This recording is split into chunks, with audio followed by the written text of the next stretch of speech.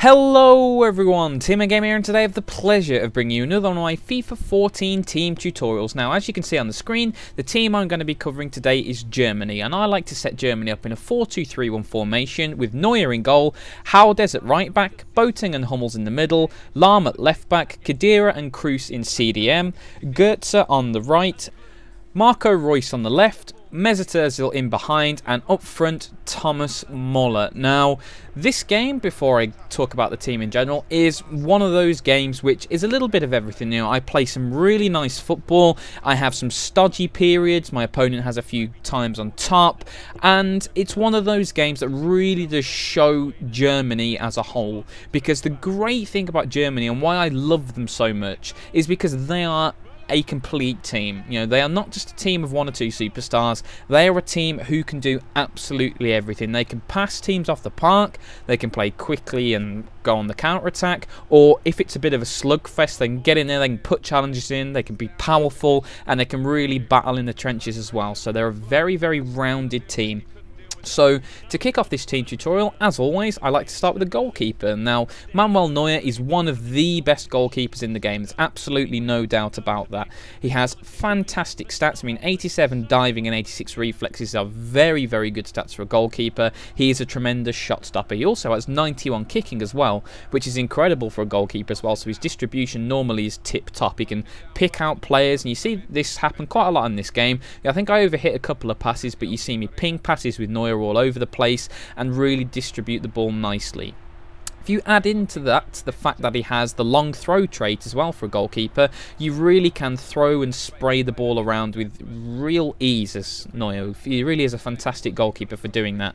One thing you do have to be a little bit wary about is his comparatively low positioning. He has 82 positioning, which is not a disaster by any stretch of the imagination, but if you play enough games with Manuel Neuer, occasionally you'll begin to see him get caught out at the near post, or occasionally he'll like have to palm a shot round the post instead of catching it, and you'll think, why is he palming that? That was quite close to him. And that's because occasionally his positioning can let him down. So that's something you just need to pay a little bit of attention to, but apart from that, he really is a top quality keeper. Moving on to the right back, I've decided to go for Howdes at right back, and this is because Germany don't have too many out-and-out fullbacks, but Howdes does a very, very good job. He's a very, very solid player indeed. He has high defensive work rate, which is very useful for reasons we'll get onto in a little bit.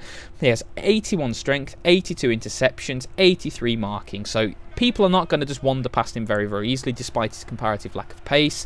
He also has, you know, great slide tackle attribute, 84, 83 stand tackling, and he's very good in the air, 84 heading. So he's just nice and solid. You don't want to do too much with him, but he has 4-star weak foot, so you can get the ball down and knock it around a little bit with Howdes, and don't be, you know, without getting too concerned about it. So he is a pretty solid player.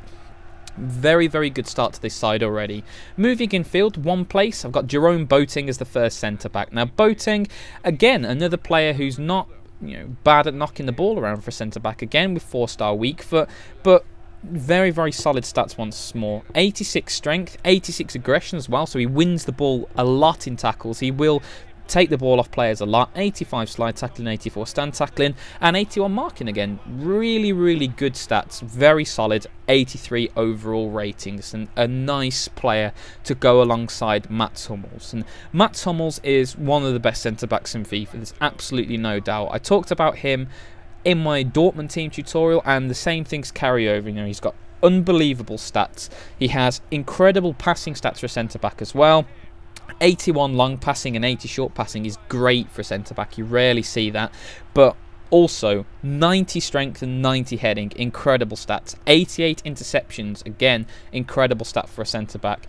Now, he doesn't have the 4-star weak foot, but he has 3-star, which is very, very manageable, so he can knock it in field with his weaker foot, no problem whatsoever. And he's just very solid, 85 overall rating. He does, however, have high attacking work rate, which is a very, very bad attribute in my opinion for centre-back, but that's why having Howdes in the team at right-back is very, very nice, because his high defensive work rate and relative lack of attacking skill means that even if Hummels does wander up the field a little bit, you'll normally have Howdes cut in and cover the hole, and you'll still be nice and solid. So they complement each other pretty well there. The left back, I've decided to go for Philippe Lahm, and this is because, you know, Lahm can play right back or left back. I mean, ideally right back, but because of Howdes, you want him to play right back, so Lahm fits in at left back very, very nicely. Lahm, in my opinion, is the best fullback in FIFA. He really is absolutely tremendous. I mean, he has 92 balance and 91 reaction, so he's very, very good at keeping the ball, and even with players with a huge strength advantage, he very, very rarely loses out because he always has the nice dribbling and he stays on his feet, so he very rarely has that horrible podge touch which allows a striker to come in, so he's very solid in that respect. Going forward, he has 88 crossing and 87 short passing, which are just fantastic. He also has 88 stamina, which complements his high attacking work rate very, very well. So you've got Howardez on one side of the field, who will be more defensive, but then you've got Lahm on the other side of the pitch, who will get up and down the field very, very nicely. Now, one thing you do need to be a little bit wary about with playing him at left back, he only has 3-star weak foot, so that does bring him down a little bit playing on that side, but plenty of times you can just check back and whip the ball in with your right foot, no problem whatsoever, and if you do get forced down the line, it's not the end of the world putting a crossing on your left. So again, one of the best players in FIFA, certainly one of the best defenders in FIFA. He's just a great player, and he fits very, very nicely into that back four, and overall, that's a very, very solid back four. Moving now into the first central defensive midfielder, I've gone for Sami Khedira. Now, in the current squad setup, and this is based on the squad on the 22nd of January, if you were curious, but in the current squad, Sami Khedira is in the reserve, so you are going to have to bring this guy out of the doldrums a little bit to get him in the team, but for me, there's no reason not to have him in there. He's an 84 overall rated player, again, another player with 4-star weak foot, very, very useful. He has 89 strength, 88 stamina, and 89 interceptions, and those three attributes are incredible for a central defensive midfielder.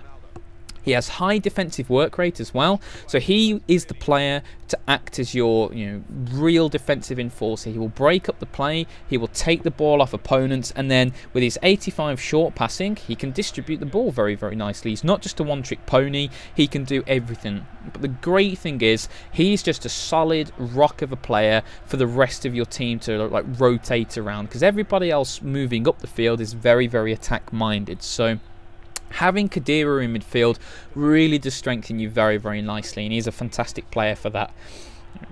Alongside him in midfield, I've gone for Toni Kroos. Now, Toni Kroos and Sami Khedira form an ideal central defensive midfield partnership, because whenever I play two CDMs in a team, I like to have one ball-winning enforcer and one creative quarterback-style player to spray the passes, and I don't think you can get too much better than Toni Kroos in this position. That's because he has some of the best long-range attributes in the game, and I'll just run you through a couple of them now. Kroos has 86 vision to start with, so he can pick out a pass very, very nicely. He has 87 long passing and 86 short passing, so not only can he see a pass, but he can execute the pass very, very nicely. He has 86 ball control, so he can bring the ball down under pressure very nicely before knocking the ball on. But in addition to his creative attributes, he has unbelievable goal scoring attributes as well, because he has a 5-star weak foot, which is very, very rare for players. Someone in your team with 5-star weak foot really does make a difference. But he also has 90 long shots and 88 shot power. So Toni Kroos really is an absolutely terrifying danger from long range. And this is fantastic because it really does encourage your opponent to put pressure on your midfield and free space up for your more attacking players up the field. And then if they sit back and let Kroos have a free run on goal, he can ping a ball into the top corner very, very nicely. So it really does put your opponent in the quandary when you have Toni Kroos in your team. He is that sort of player. He's very, very good, and I really like the way he complements Sami Khedira. They form a very, very good partnership indeed. So that's the central defensive midfielder sorted out. Now moving on to the right wing, I've got Mario Götze. Now Götze is a fantastic creative player. He's got 88 agility and 87 balance, so he's very, very good on the ball. Match that with his 91 dribbling, it makes him fantastic on the ball. He can effortlessly glide past players. He's got 4-star skill moves as well, so if you like your chops and your rabonas, he can do that very, very nicely, and he can take players on. He has 87 short passing as well, so he is your creative force. His finishing stats do not match up to these, however, so what you're looking to do with Götze is he will pop up with the odd goal for you here and there, but you want him to come inside, get a few passes off, put Muller and Ozil into space, and just generally link the play.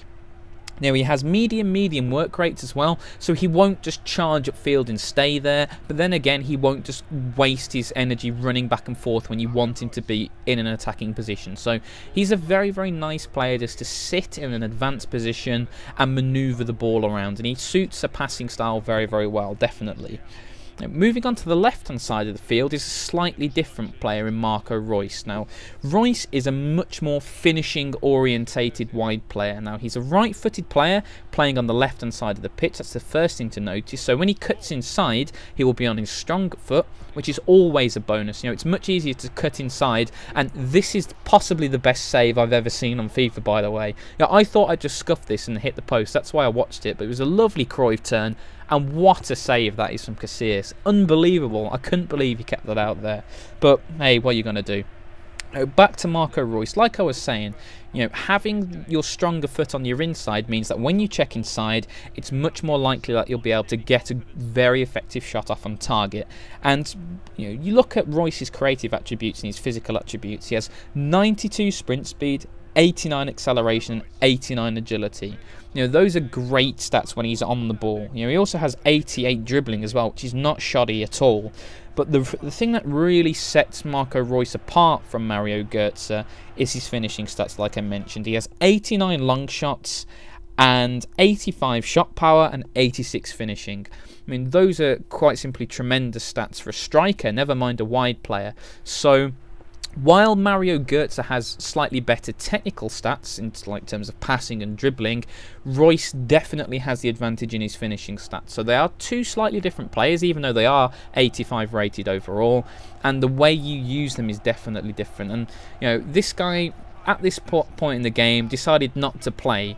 But I'm not sure why, because then he immediately kicks off and takes the free kick. So I don't know whether he dropped the controller or it got disconnected, or he was just having a little bit of a pout and a bit of a sulk for some reason. But I still knocked the ball in with Thomas Muller, you know.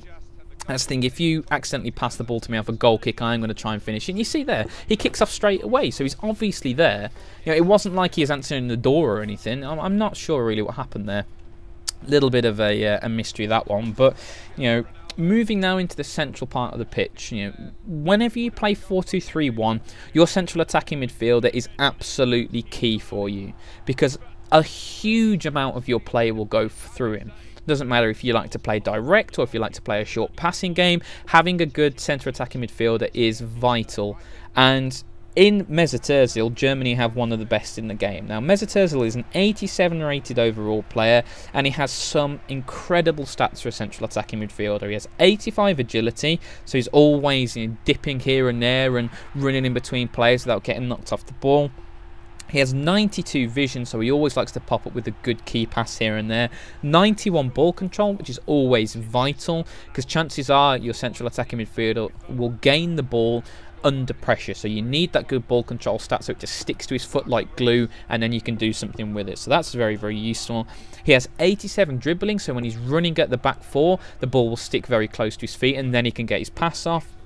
And he has 88 short passing, an absolutely vital stat for knocking players in behind or getting a little dink ball over the top to Reus or Götze to exploit. So those are absolutely fantastic stats.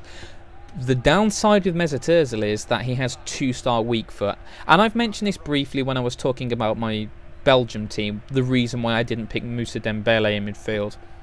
2-star weak foot is a huge disadvantage for a player, because it basically means he's half as effective, because while Mesut Ozil's left foot is absolutely amazing, his right foot is basically a wooden leg. He uses it for standing and very little else. So you've got to be super aware with that when you're playing with Mesut Ozil. If you look at a player like Toni Kroos with his 5-star weak foot, it doesn't matter how or where the ball drops to him, he will still be effective. Mesut Ozil, you've really got to be aware of that. So, you know, if you get the ball onto his left foot and use it sensibly, he's fantastic. But if you try and shoot from 30 yards on his right foot, you're going to hit some poor spectator in the face in row Z, and you're not really going to do anything very useful. So that's something you've got to bear in mind when playing with Germany.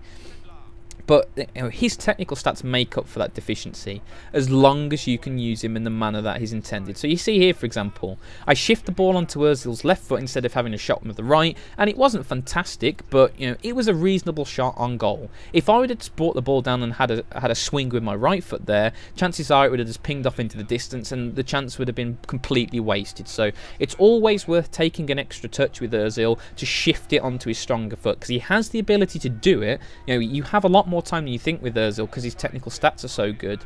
So it's definitely worth doing that. That's just one thing to point out for him. Now, the last player I'm going to talk about now is Thomas Muller.